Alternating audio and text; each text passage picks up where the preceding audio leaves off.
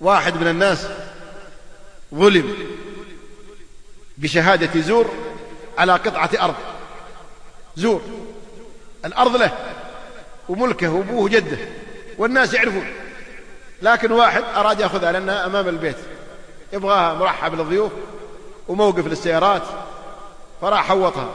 جاء صاحبها: يا أخي هذه الأرض حقي. قال: أبدا، ما هي لك ولا الشرع. هنا اشتكى ذاك، قال: تحت يدي. عندك بينة؟ قال: عندي بينة. راح جاب بينة كاذبة أن هذه الأرض المحدودة شمالا وجنوبا وشرقا وغربا ملك لفلان بن فلان، أبا عن جد، لا ينازعه فيها منازع ولا يشاركه فيها مشارك، والله على ما نقول شهيد. طبعا درسهم الشهادة في الليل ووراهم في الليل، والله يشوفهم في الليل وهم على الحدود، وأيضا أغراهم بفلوس وأغراهم بمثلها. قال: الدنيا دوارة واليوم عليك وبكرة لك، وتروها المثلها، إذا شهدتوا لي بكرة تروا بكرة بشهد لكم. قالوا: ما لنا فيك عذر، وشهد. قال القاضي للمشهود عليه: قال: عندك فيهم جرح هذا الشهود؟ قال: لا، ما يحتاجون تزكية، أنا أزكيهم، لكن كلمة أقولها يا شيخ. قال: نعم.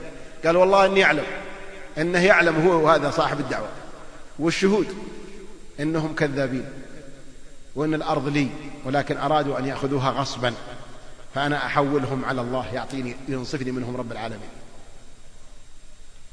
قال: توقع عندك اعتراض على الصك؟ قال: لا، ما عندي اعتراض، موافق بالعشر، وإنه ينزل وإنه يفزع إلى الصلاة. خرج من المحكمة ودخل المسجد ورفع برقية عاجلة إلى الله، لأن دعوة المظلوم ليس بينها وبين الله حجاب، يرفعها الله فوق الغمام وتفتح لها أبواب السماء، ويقول الله: وعزتي وجلالي لأنصرنك ولو بعد حين.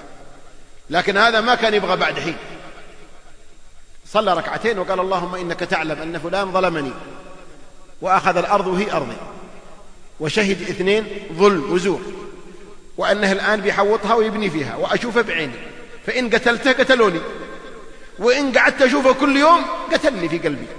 اللهم إني أسألك أن تنصرني هذا اليوم، ما هو بكرة. يقول: أبغى جلدي جلدي، يعني بسرعة، عاجل. ونزل، خرج من المسجد وراح بيته. دخل القرية مكسور الفؤاد حزين. قالت له زوجته: ايش فيك؟ قال: ولا شيء، افرشي فراشي ابغى ارقد. فرشت له الفراش ونام قبل الظهر. وقليل وإذا بالصارخ يصرخ في القرية: ايش فيه؟ قالوا: حادث مروري. لمن؟ للثلاثة، الشاهدين وصاحب الصك. قد أخذ الصك بدون في جيبه والشهود معه، وقال لهم: الغداء تونا في البيت.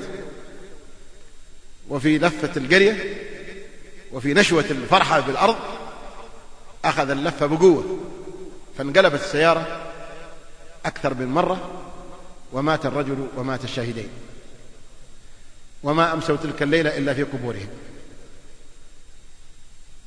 وفي اليوم الثاني بعد العزاء تأتي المرأة وتأخذ الصك من بدلة زوجها وهو ملطخ بالدم، وتذهب إلى القاضي وتقول: يا شيخ هذا الصك والله ما قتل زوجي له، والله ما هي لنا الأرض هذه، على الأقل راح زوجي، على الأقل لا يروح العوالي كلهم. قالت: هذه الأرض نبرأ إلى الله، ما هي لنا.